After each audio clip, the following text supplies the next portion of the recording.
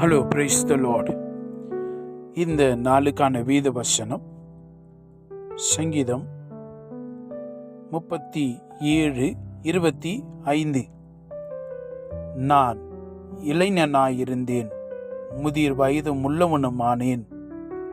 ஆனாலும் நீதிமான் கைவிடப்பட்டதையும் அவன் சந்ததி அப்பத்துக்கு இறந்து திரிகிறதையும் நான் காணவில்லை என்று இந்த தாவீதின் சங்கீத வசனத்திலே நாம் வாசிக்கிறோம்.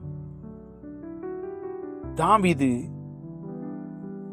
இந்த சங்கீதத்திலே அவன் சாட்சியாய் சொல்லுகிற காரியம், தேவன் எவ்வளவு உண்மை உள்ளவராய் இருக்கிறார் என்று இந்த வார்த்தை விளங்க செய்கிறது. சிறு பிராயத்திலிருந்தே நான் பார்த்து கொண்டு வருகிறேன்.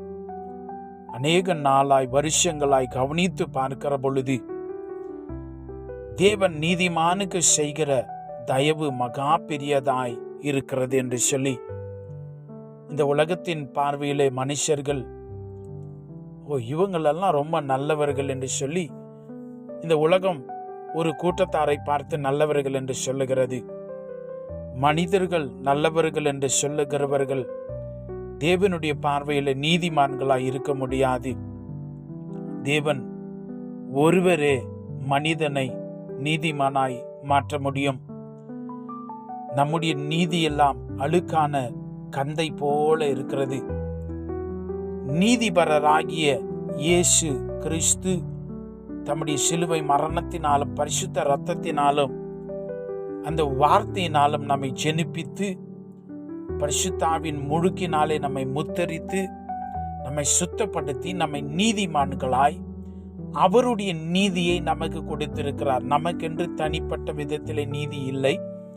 இயேசு ராஜா தம்முடைய நீதியை கொடுத்து இப்பொழுது நம்முடைய நீதிமான்களாய் அவர் நிலை நிறுத்தி இருக்கிறார்.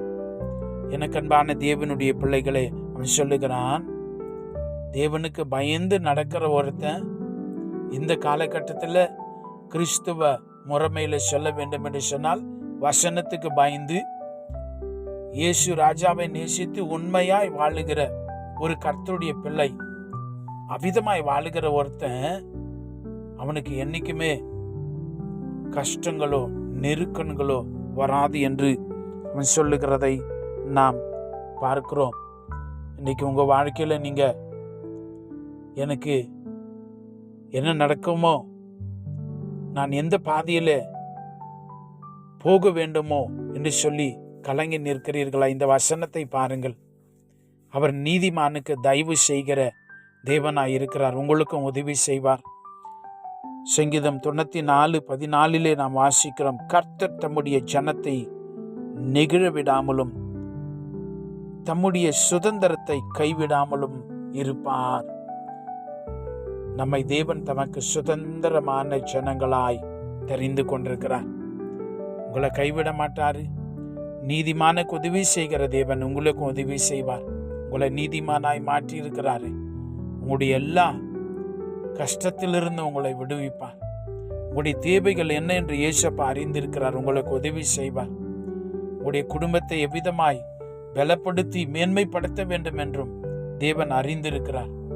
உங்களை கைவிடாமலும் இயேசப்பா உங்களை வழி நடத்துவார். தேவ கிருபை உங்களோடு இருப்பதாக நாம் ஜெபிக்கலாம்.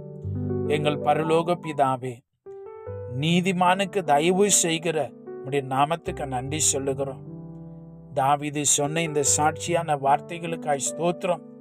இன்றைக்கு நாங்களும் கூட உம்முடைய நீதியை பின்பற்றி இந்த உலகத்திலே குறைவில்லாதவர்களாய் வாழ உம்முடைய பலனையும் அனுக்கிரகத்தையும் உம்முடைய பிள்ளைகள் ஒவ்வொருவருக்கும் இந்த நாளிலே நீர் கொடுக்க வேண்டுமாய் நாங்கள் ஜெபிக்கிறோம். இந்த பிள்ளைகளுக்கு ஆக வேண்டிய காரியங்கள், குடும்பத்தில் நடக்க வேண்டிய நன்மையான காரியங்கள் ஏற்ற சமயத்தில் நடக்கும்படியாய் உம்முடைய பாதத்தில் எங்களை சமர்ப்பித்து வேண்டுகிறோம். நீர் அப்படியே செய்கிறதுக்காய் நன்றி. இயேசு கிறிஸ்துவின் நாமத்தில் ஜெபிக்கிறோம் பிதாவே. ஆமேன். God bless you.